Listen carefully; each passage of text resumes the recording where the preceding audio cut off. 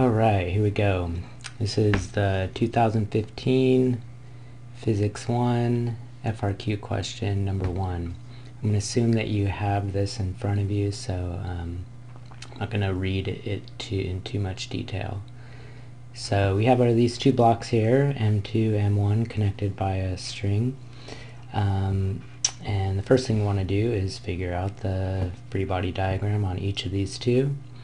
So clearly you can see that gravity is pulling down on this one, right, and down on this one, and tension in each string is pulling up and up. The tension in these are going to be equal to each other. It's just one string here. The nice thing about this year's FRQs for the FBDs is they do want you to kind of draw the relative lengths. So hopefully you can see M2 has to be larger than M1, the weight of each of these.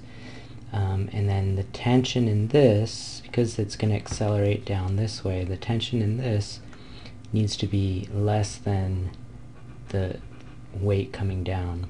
And the tension on this side needs to be greater than the weight coming down this way.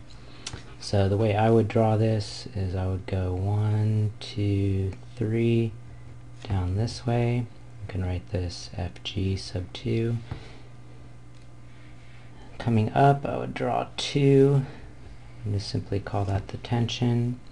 On this side will go up, will be equal tension, and then this side coming down, we'll call this FG sub 1, and that's what your FBD should look like. Alright, let's look at the next one. We're going to derive the acceleration of block 2. So remember, this is a complete system, so finding the acceleration of block 2 is the same as finding the acceleration of block 1. They're all moving together here. So knowing that, we're just going to set up our equations. Remember, we're going to define our direction of motion to be our positive direction, which means in this case the weight of this we're going to call positive going down, and the weight of this we're going to call negative going down, because we want the direction of motion to be positive here. Alright, so let's go ahead and do this. So let's sum it up for number 2. Let's do that one first. So we're going to have M2G coming down minus the tension coming up. We're going to set that equal to M2A on mass 1. This time we're going to have the tension is our positive direction, and we're going to subtract out M1G coming down. That's going to be equal to M1A. Alright, so we are going to try to find the acceleration. We want it to be in terms of M1, M2, and mg. Okay, so let's do a little algebra here. Let's solve for t on this bottom one. We're going to get t equals m1a plus m1g. And then let's go ahead and throw that t up into here. So we have m2g minus m1a minus m1g equals m2a. Okay, let's isolate a all on one side. That's going to give us m2g minus m1g equals m2a plus m1a. And then this clearly is going to be m1 plus m2 times a. And then we're going to divide that out. So we are left with a equals m2g minus m1g. All of this divided by m1 plus m2.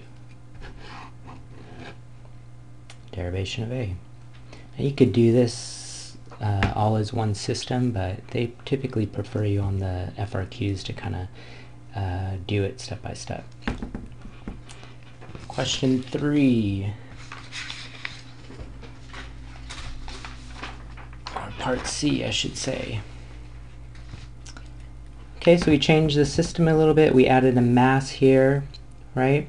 And they're asking what happens now? What happens to the acceleration of the system, specifically block 2, but again, this is going to move together as a system. It is important that there's no friction here. Okay, and they're just asking for a concept here. So this provides no additional forces one way or the other.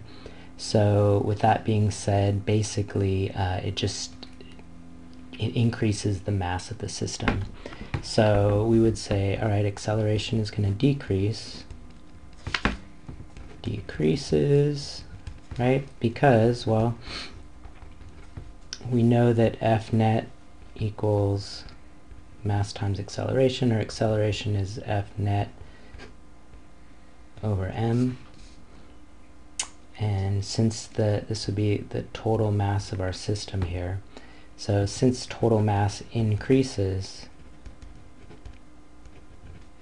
right, then the acceleration must decrease. Okay, so the acceleration of this system would be less. All right, hope that helps. Let me know if you have any questions.